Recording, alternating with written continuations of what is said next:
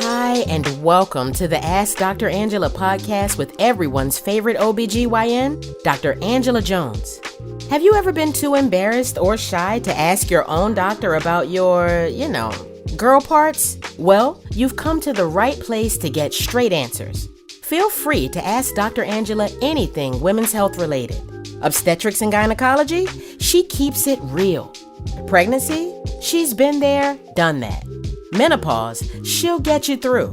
Young or old, Dr. Angela's got you covered, girl. Now, here's Dr. Angela.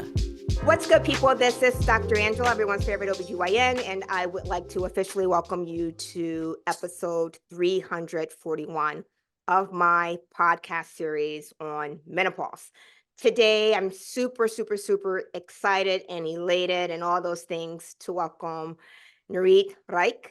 And today we're talking about perimenopause, menopause, postmenopause, tips on continuing to look and feel your best. So just a little bit of background information on Nurit. She is a holistic nutrition coach and food scientist whose aim is to help women that are 40 plus achieve their ideal weight, regain energy, improve concentration, and find balance, because we know that once we enter into this phase of our life, i.e., perimenopause, menopause, postmenopause, things seem to sort of be out of whack.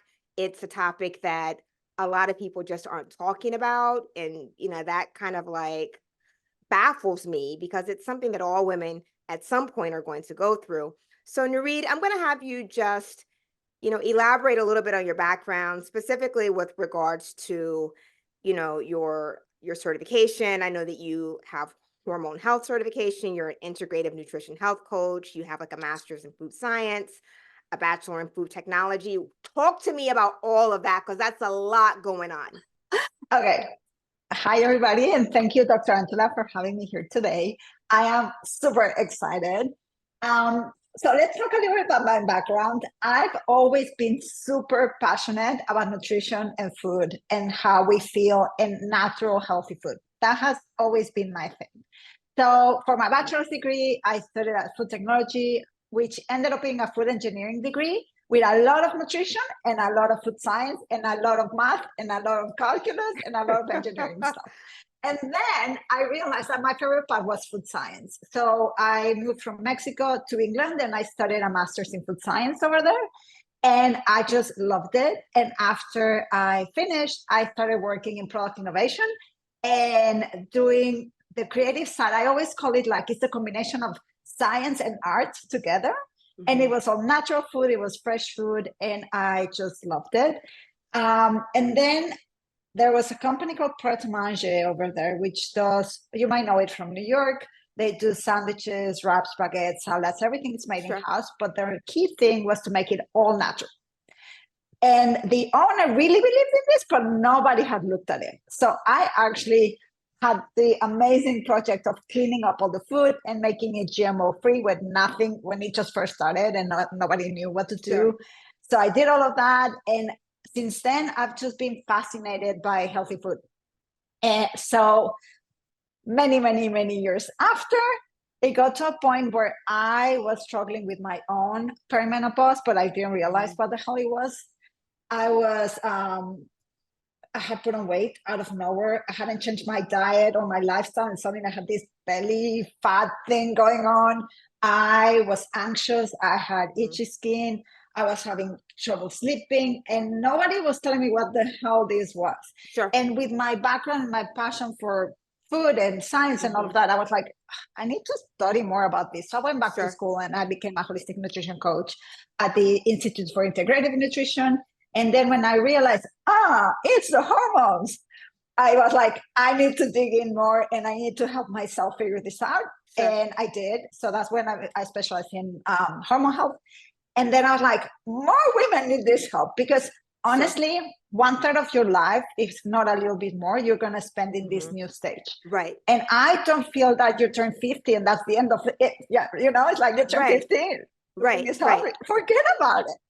So for me, it was like, we need to continue to thrive. What the hell? I still have another 40 years to go. I want to rock it. And I think we all as women deserve to be our most incredible selves. So that's what I do now. And I just love sharing my passion for using food as medicine and really holistic lifestyle practices. So you can feel amazing in your body. You don't have to live through this roller coaster hell of the hormones. It will happen, but you have tools to make it easier and better for you, and you don't have to suffer. I think that's the difference, right? Ah, And that's how I ended up here. First of all, I love your passion.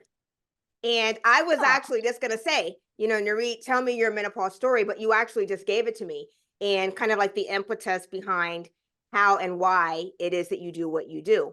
And so I was going to say, you tell me yours and I'll tell you mine. Well, obviously, you know that I'm an OBGYN, but my story is a little bit different in that, by definition, we say menopause is a full year without a period. So once you hit that marker, the day after that is postmenopause.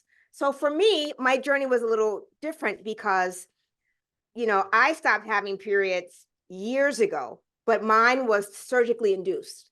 I had my uterus removed for fibroids. So I wasn't getting a period for many, many, many years. And it wasn't until, I'm going to say, 4 months or so ago, just out of the blue, I was like, oh my gosh, I'm so hot. Like literally just woke up out of a dead sleep, kicked my pajamas off. I was sleeping with my feet at the top of the bed, diagonal. It was crazy. And now this is so hilarious because I am a board certified OBGYN. And it literally took me like a couple of weeks before I finally put my finger on it. And it got to be so bad that, I was waking up and I was burning up. And then in the next instance, I was freezing. And so this happened to me on one particular evening, and I literally got up out of bed. I walked all the way to the other end of the house, which is where my daughter's room is, and I woke her up. I said, "Are you burning up?" And she was like, "Mom, get out of here. It's some crazy hours. Go back to bed." And so it wasn't until the following morning, it was like a light bulb went off. And I said, "Angela, how old are you?" And I was like, "You're in menopause. This is menopause. This is what your patients are talking about. The night sweats, the hot flashes out of nowhere, the freezing." And I don't so much experience like, some of the other things like, the low energy or, the weight gain. I'm a pretty avid exerciser and I eat pretty clean. So that piece what is not so much of an issue for me. But I thought, and this is where you are now. And the demographic of women that I'm seeing now, more and more of us are in this phase of life. And you hit the nail on the head. I don't want women thinking or dreading this phase of life, because as far as I'm concerned, this is really the phase where you're going to start doing some of your best living. Sex doesn't have to be terrible. 100%. Life doesn't have to be terrible. The kids are gone, or if you don't have kids, this is the phase where you can really kind of evolve more so into who you really are. So I am so happy to have you on here because I like that you will offer an alternative perspective. I can say, oh, I can give you some vitamin E, which is estrogen, or, hormone replacement therapy. But a lot of women really don't realize that lifestyle modification, via exercise and eating well. I don't believe in dieting. I just believe in making better choices, Me neither. So we'll talk about that today for sure. So I'm so happy that you can give us like an alternative perspective. Talk about the weight gain, the brain fog, the mood lability, the lack of sex drive or decreased sex drive. I was reading through some of your blogs and you hit on all of this. So I'm excited to like run the gamut with you and just have a conversation about it. So let's talk about, first of all, the first blog of yours that I read were your recommendations on habits to create during perimenopause to relieve some of these symptoms. Give me some background on that, because I thought that they were fantastic. Okay. Amazing. So here's the thing. You nailed it. This is not a diet, it's a lifestyle. I actually don't believe in diets. Whenever you go into a diet, you have this like very narrow view. And the minute you stop your diet or you achieve your goal, whatever it is, you go back to your old habits. If you don't establish these new habits, forget about it. You are not going to change your life. And this is a lifestyle. So when I say habits, it's just little changes that you can continuously do. There's never perfection, but it's striving towards that. So the idea with the habits is let's focus on the things that you could actually do to feel better, right? And you nailed it. Like everybody experiences perimenopause, menopause, and postmenopause differently. And it's really important to know that your menopause is normal, but there are things we can all do to help ourselves. So the first one on the habits, it's about movement and exercise. And you said you're quite an avid exerciser, and that's really key because our body needs this movement, and our body needs to continue to maintain our muscle mass. As you well know, estrogen decreases, our muscle mass starts to decrease as we age, and that's a huge issue for us. Not only right now, because then you get slower metabolism, more belly fat, etc., but ultimately you are more prone to osteoporosis and breakages. You know what? I'm going to stop you right there because that's a huge point, which is with regards to exercise. Most of what I do is all weight training, strength training, because you're right. As we transition here, what happens with estrogen? Decrease. You lose muscle. And when you lose muscle, your metabolism does this. It decreases completely down. Right. And so that's why we're getting this weight gain, this midsection fat. And you're right. The other nice thing about exercise with those decreasing estrogen levels, bones. No one is ever talking about bones and the impact that that decreased estrogen level has on bones. It's why we see osteoporosis so much in women. Anyway, I just had to know that. Keep going. No, and it's preventative. You can prevent it. It's preventative. Exactly. And it's preventative. And you can do that by strength training and putting extra weight on your body. So if you go for a walk or you're doing whatever chores around the house, put on a heavy, one of those weight vests and move around. Or grab your backpack and put 2 books in it and go for a walk. That actually will help to maintain your bones stronger, right? Yes. So it doesn't have to be go to the gym for 3 hours.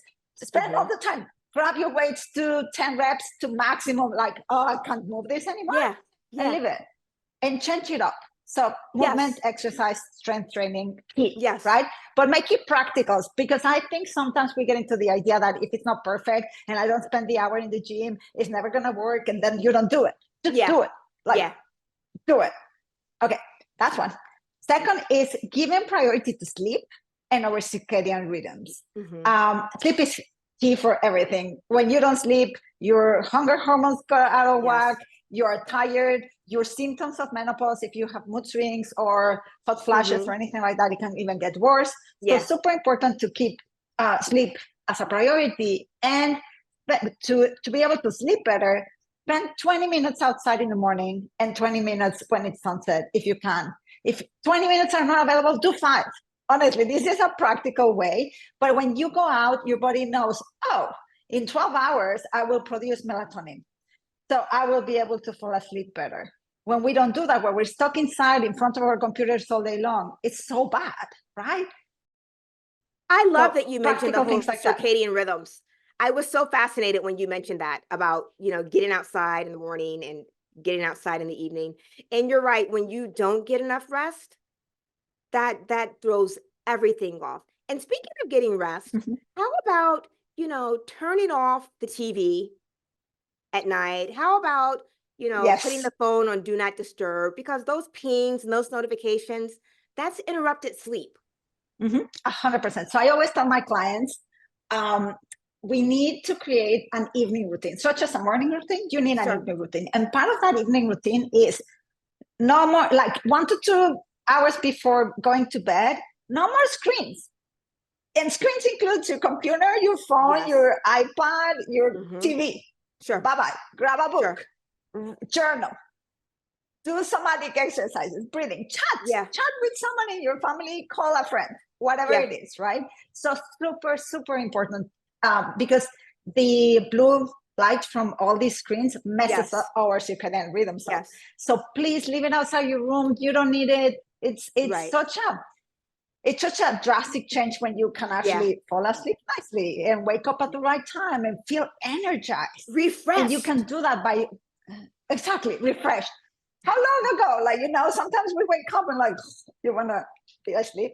I know. You want to feel, and to do that, you need to help yourself. And of course, as you said, screens, super important. Yeah. Dude, out. Bye-bye. So let's talk about a hormone regulating diet. Elaborate on that. Perfect. Okay, so here's what's happening. Estrogen goes down. We spoke about that. Yeah. And with that, there's changes are happening inside our bodies that we're not aware of. And I think a lot of people don't even focus on that because they're not trained, right? Sure. Estrogen goes down, your inflammation goes up, and we become more insulin resistant, which means we can't deal with blood sugar the same way that we used to.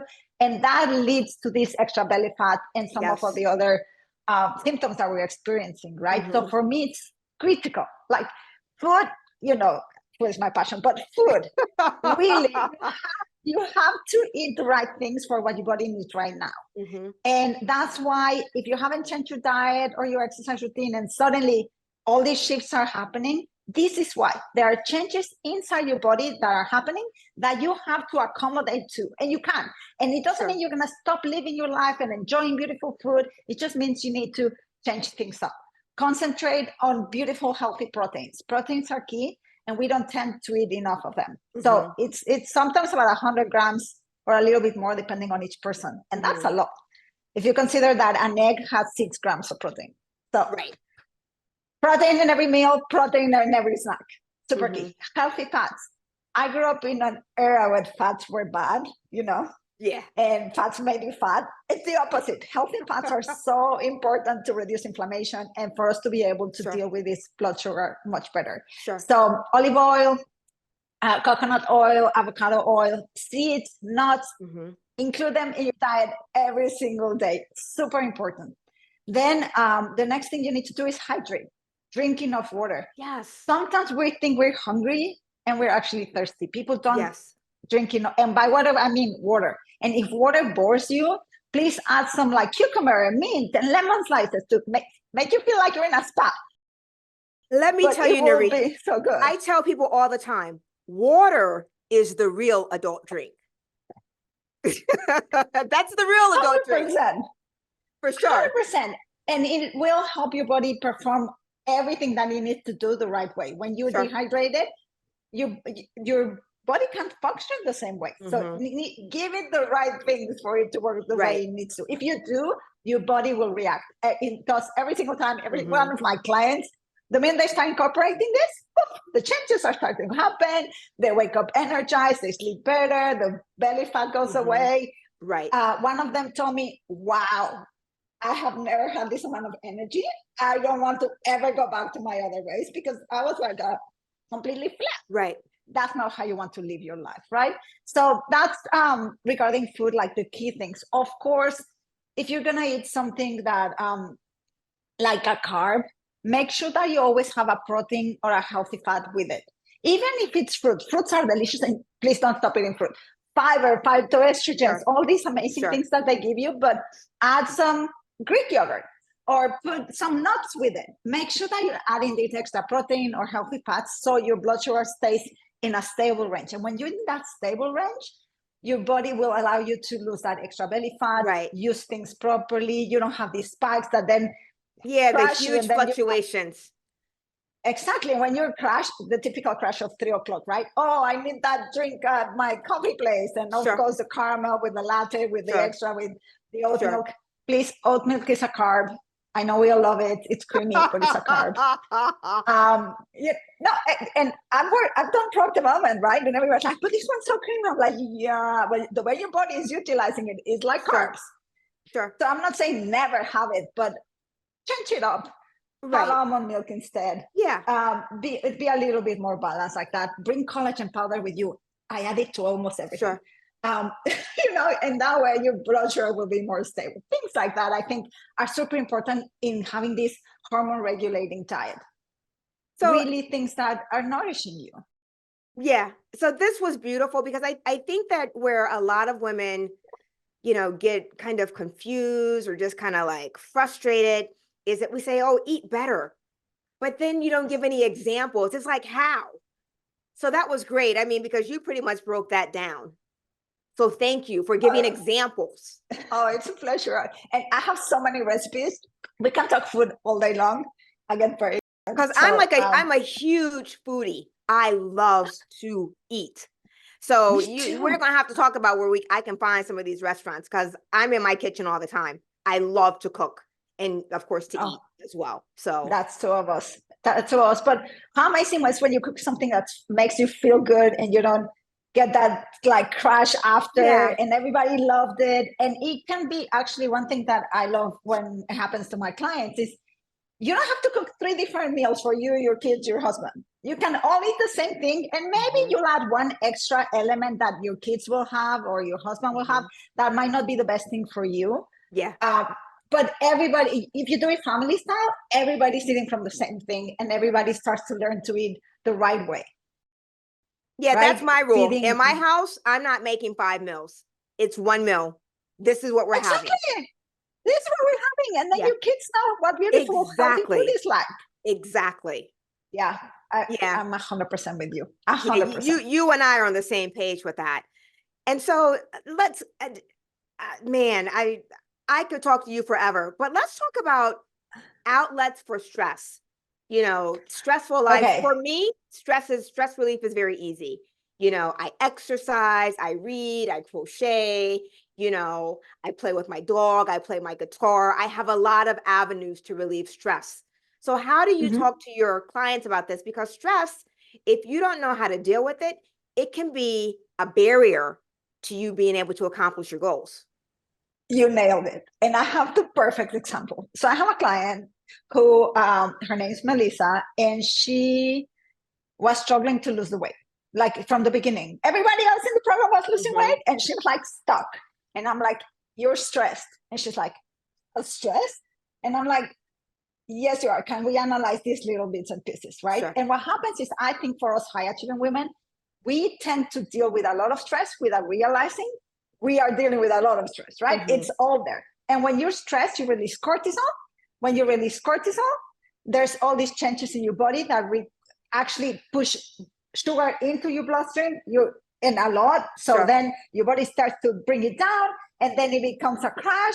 And then because there's not a lion chasing you, right? This is the normal reaction of our past where the lion was chasing you and you needed to survive. So your body needed the energy, but here you're sitting in your chair with a deadline that you didn't finish. So that extra sugar just goes on and it's deposited as fat. So dealing with stress is absolutely key. And everybody needs to find their own way. So the things that we always evaluate with my clients is what will work for you, right? You just mentioned it, exercise. For me, it's key. If I don't exercise, I'm a horrible person. So first thing in the morning, I need to exercise and I need to go for a walk. But you can also take a little break with a cup of tea. Go outside and take the sun for 5 minutes. Journal. If you're one of those that you can't fall asleep or there's a lot going on in your head, just bring it out on the page. Nobody has to read this. You can burn the pages after. It's more about you bringing out of your system because it will help your process. Another thing that I love teaching my clients is breathing exercises. So my favorite is the 4-7-8 breathing, where you breathe in for 4, keep it in for 7, and release it for 8. And what happens is you're actually calming your central nervous system. And there's another one called the box breathing, which is explain that again. The one that you like, the breathing. I like the 4-7-8 breathing, and basically we'll breathe in we can do it together. I actually love it, and it takes no time. Okay, so we're gonna breathe in for 4, we're gonna keep it in for 7, and then we're gonna release it for 8. Okay, here we go. In for 4, 2, 3, 4. Keep it in for 7, 2, 3, 4, 5, 6, 7. Bring it out through mouth for 8.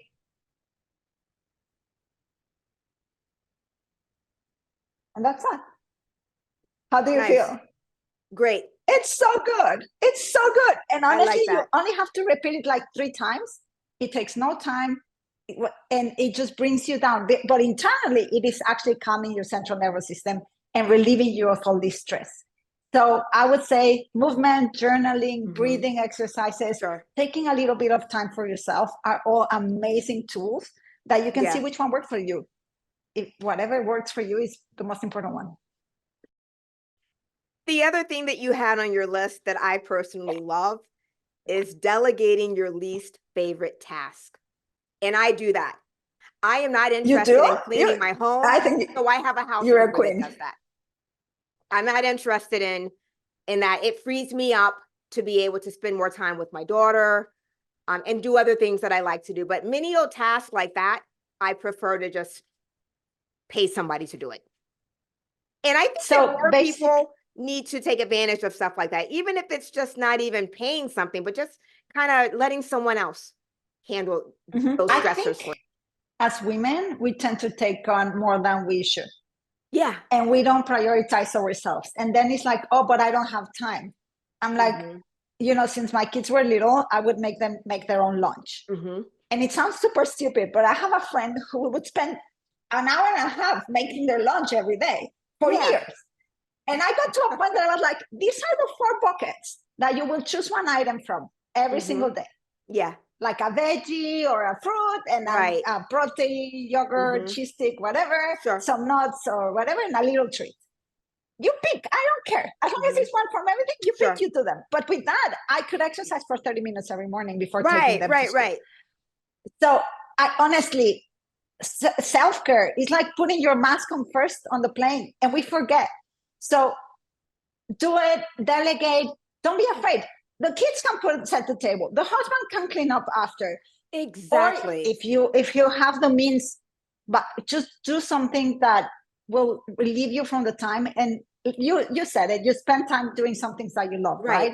And I think we're in this life to really live it fully. And I studied with this girl that calls it $1 million decision.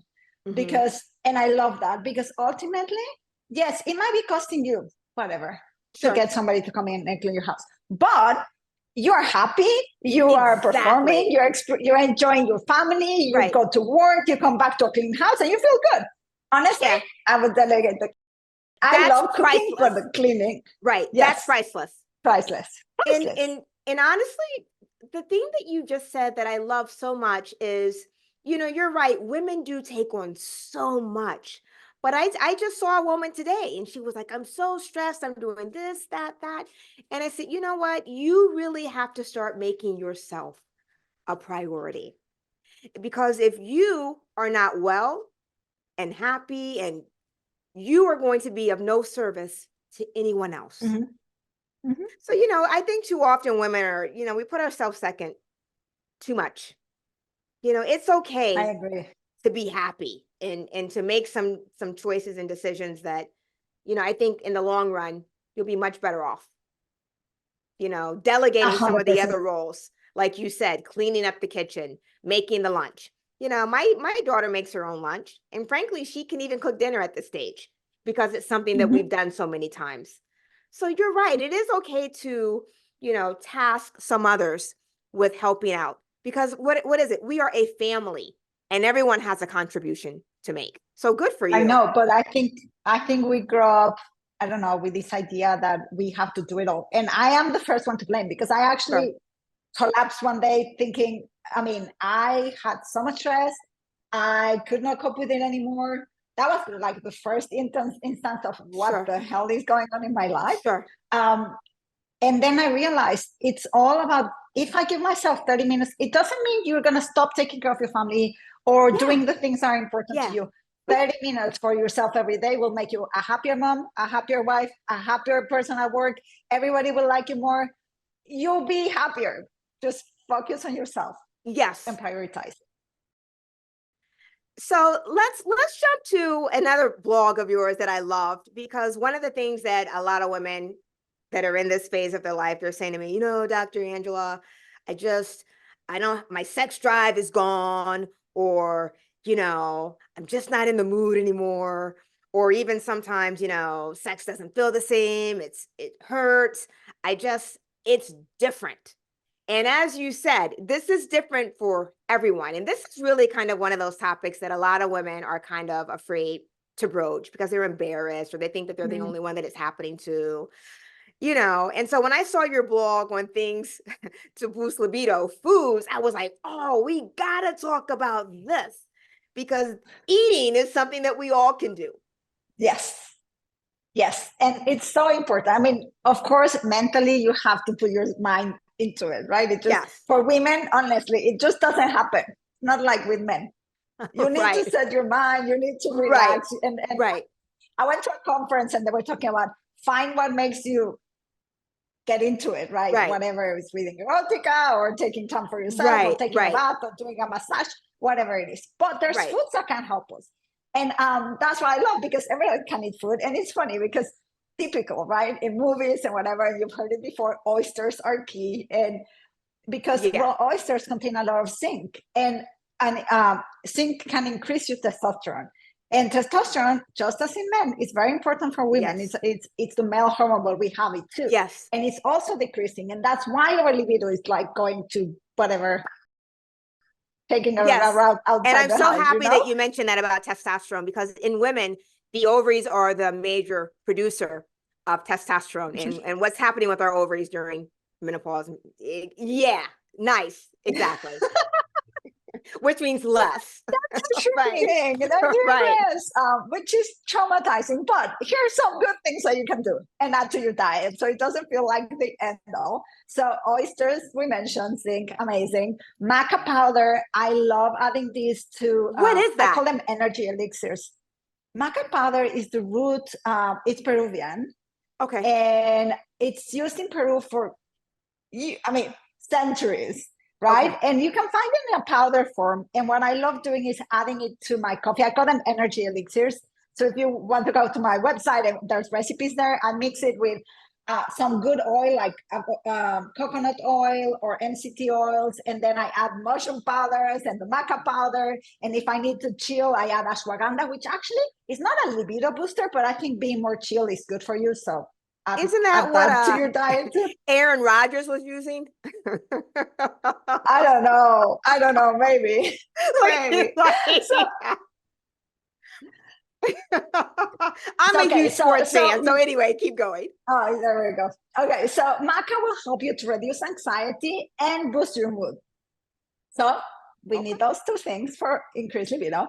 Then there's things like strawberries, which are high in vitamin C that also help. You see them very essential. I just say add chocolate, make chocolate covered strawberries for dessert for that special dinner, make it super cute and enjoy them. And then it will boost your libido. It's also an experience, right? Pomegranate. Pomegranate is so cool. It also helps increase testosterone in the body. So pomegranate seeds, I love them. I add them to salads. You can have them like as little. I love those. Even if you're making like a mocktail, I add a little bit of sparkling water, and I add like seeds and mint and cucumber and lemon slices and make it really cool. And you can have like the extra pomegranate seeds in there. It's pretty fun. Then figs are high in flavonoids and potassium and fiber, so they're really good for us. And also will help you to bring it like a little bit more of the spice. Legumes and seeds are really good because they have high protein, which also helps to balance this, but they have an amino acid called arginine, which also increases libido. So legumes and seeds are pretty good. And seeds are packed with healthy kind of fats and fiber. So add them to your diet every day. Don't wait for the libido. Just keep spreading them on, because also these things don't have an effect that goes like this, right? These things you need to continually eat to be able to increase those levels in your body. So add them constantly, eat the rainbow, change it up so you get different nutrients, but add this, legumes and seeds, pretty good. Leafy greens. Leafy greens are fabulous because they help us detoxify from, when there's extra estrogen in our bodies. Even though we have lower estrogen and our estrogen is going down, it can also be it can alter the balance with the other hormones. So we need to get rid of the floating estrogen from our bodies, and leafy greens help us do that. So add those. I know you've heard it. Kale is good for you. It is. Oh, And I also love kale. cruciferous vegetables are really good. Yeah, I I love love kale too, kale but and there's spinach. other things that you can have. I know. Oh, if you eat spinach, adds a little bit of lemon juice, so you can actually absorb the iron in it. Anyway, I just get excited. Then fish is packed with omega-3s, iron and proteins, so also really good for us and for our libido. And the same would go to lobster and crabs. So basically, a lot of fish, a lot of seafood in the diet. Crab and lobster have a protein that helps us boost our dopamine and norepinephrine in the body. So it makes us feel good. And with that, you get more touch, like you enjoy the touch better. Sure. So a little bit of that will help you enjoy the whole process more. So those are the tips on food that I think are that was like amazing, because fun. whenever people think of like, foods that are like, aphrodisiacs or, libido enhancers, you just gave like a list of like 25.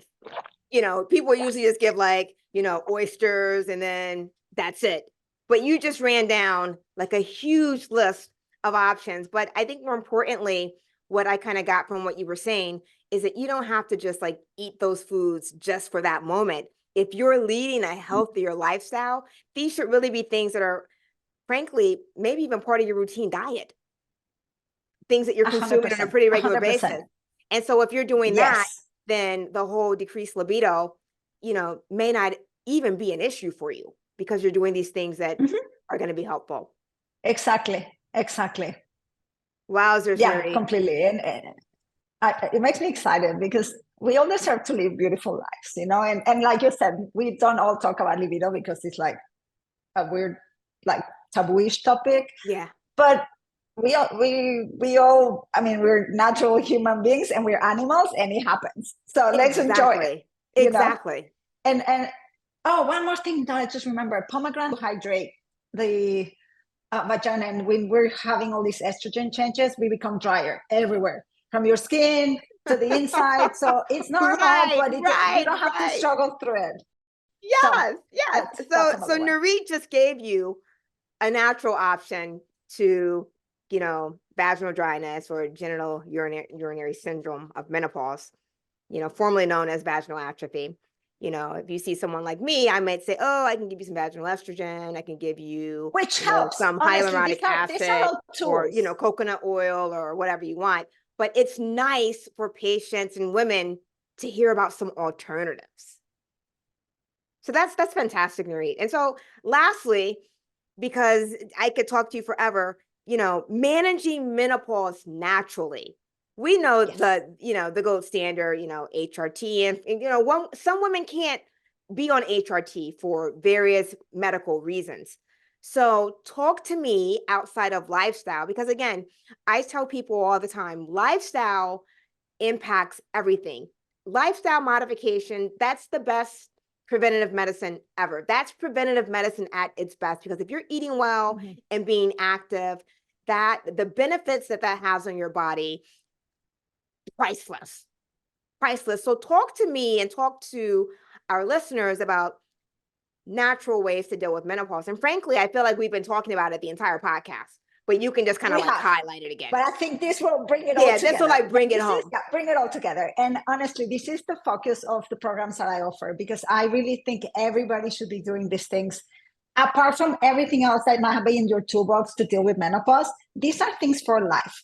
These changes that you will make now will not only make you feel amazing in your body now, get rid of that belly fat and the mood swings and the anxiety and everything else that might be happening with you, but it will also help you prevent dementia and cardiovascular disease, which is the number one killer of women, and diabetes.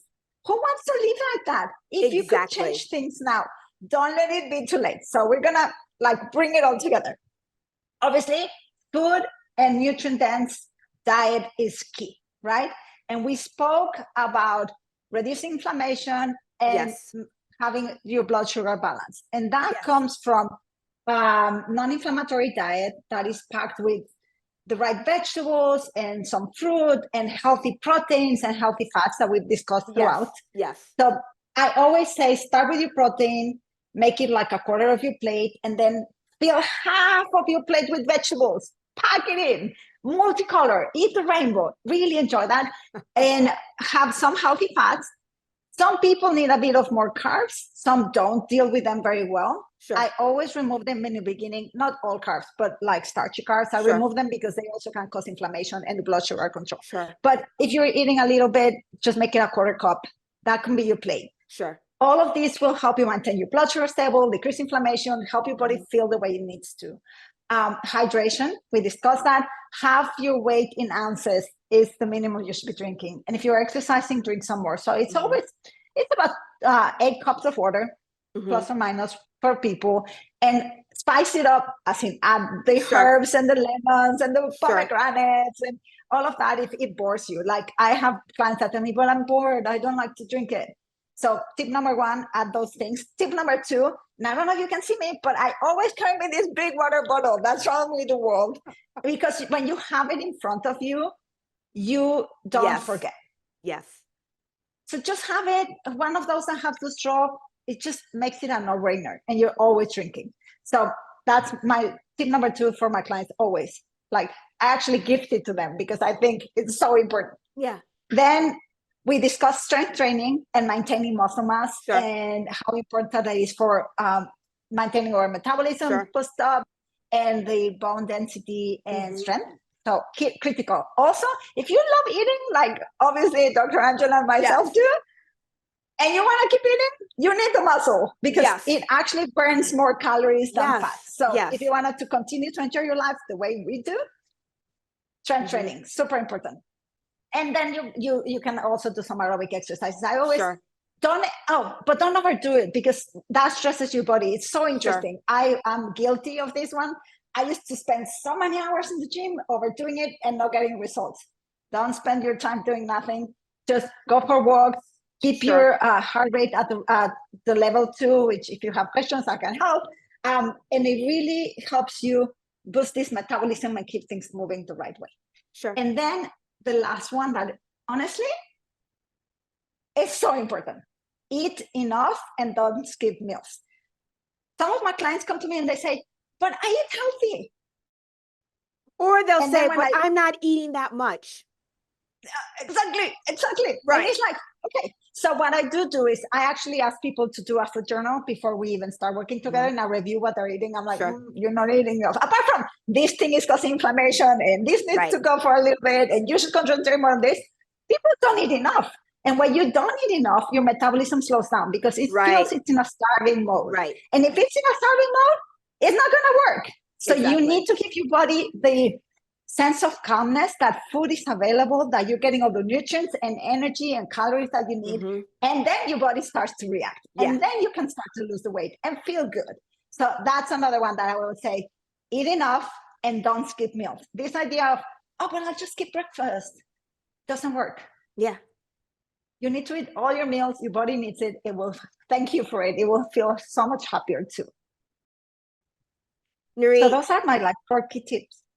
This really was amazing. I'm so sorry that it took me so long to finally make this happen because we were trying to do this last year, and I'm finally happy that we were able to make it happen. So what I'd like to do is just give you an opportunity to just kind of point our listeners in your direction, tell them where they can find you, where they can access all of this really amazing information that you have. Okay, amazing. Thank you.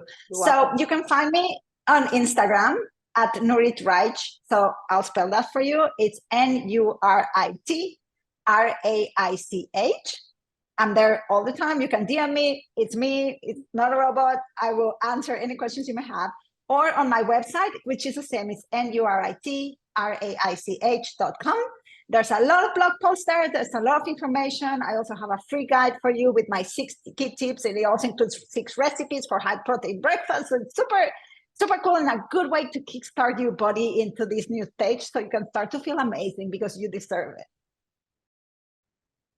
First of all, Nurit, I'd like to really just say thank you so much for taking time out of your day to make this happen. Thank you for your patience in making this happen because we've had a lot of cancellations due to my kind of hectic and neurotic schedule. You and I subscribe from the same school of thought. meaning that in order to prove these things to women, I believe that you have to walk the walk and lead by example. And I can clearly see that you are leading like your best life, because I'm leading an amazing life and I'm 50 plus. I want to just say I appreciate all of your research and just, your motivation and determination to not only enlighten but empower women. That goes a long way. Your energy is contagious. So just thank you. This is not going to be our last conversation because we have a lot to discuss regarding food and recipes and just, living life to its fullest. So in closing, I'd like to say thank you to our special guest, Nurit Raich. This is your girl, Dr. Angela, everyone's favorite OBGYN. I'd like to thank you for tuning in to today's podcast as we continue our menopause series. You can find me all over social media. I am Ask Dr. Angela on IG. I'm on Facebook. I'm on, not really so much on X anymore, but that's like a whole nother conversation. But my website is www.askdrangela.com. That's ASKDRANGELA.com. You can email me. You can, direct message me. I do respond. I'd love to hear from you regarding questions that you might have or topics that you'd like to hear featured on the podcast. In closing, I always give you like a life's lesson or some quote. And this one comes from Life's Little Instruction Book. And I actually got this book, Nurit, when I graduated from college. So that's a long time ago. But today's lesson is lesson number 459. And it says, don't use time or words carelessly. Neither can be retrieved. In closing, I'd like to thank you again, Nurit, for being on this podcast. And I'm going to challenge all of you to choose happiness. I'm looking forward to recommuning on podcast episode number 342.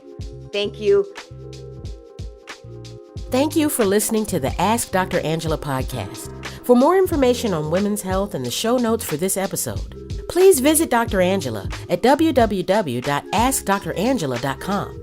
While you're there, don't forget to leave your own message for Dr. Angela. See you soon. All of the information provided and discussed in this podcast is for educational and informational purposes only and should not take the place of consulting a physician.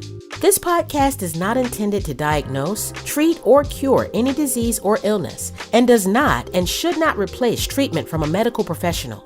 Listening to and participating in this podcast does not create a doctor-patient relationship between you and Dr. Angela Jones. If you need medical advice or assistance, you should consult a physician. Listening to and participating in this podcast is subject to the terms and conditions posted at askdrangela.com/terms.